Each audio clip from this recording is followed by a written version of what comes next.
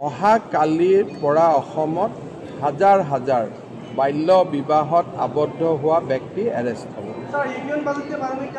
अभी 4 बजे मेरा प्रेस कॉन्फ्रेंस।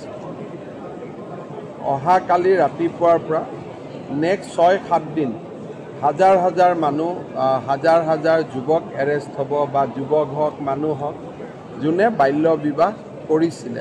আগত কৰাবিলাকো এৰেষ্ট হ'ব, এতিয়া কৰাবিলাকো এৰেষ্ট হ'ব।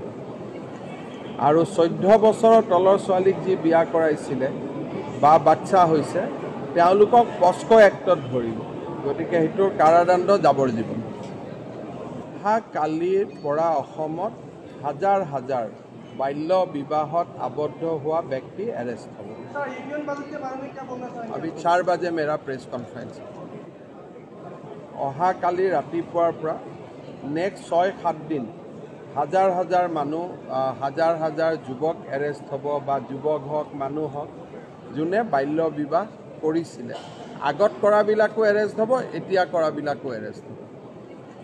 আৰু 14 বছৰৰ তলৰ ছোৱালীক যি বিয়া কৰাইছিলে বা বাচ্চা হৈছে তেওঁলোকক পস্কো এক্টত ধৰিব।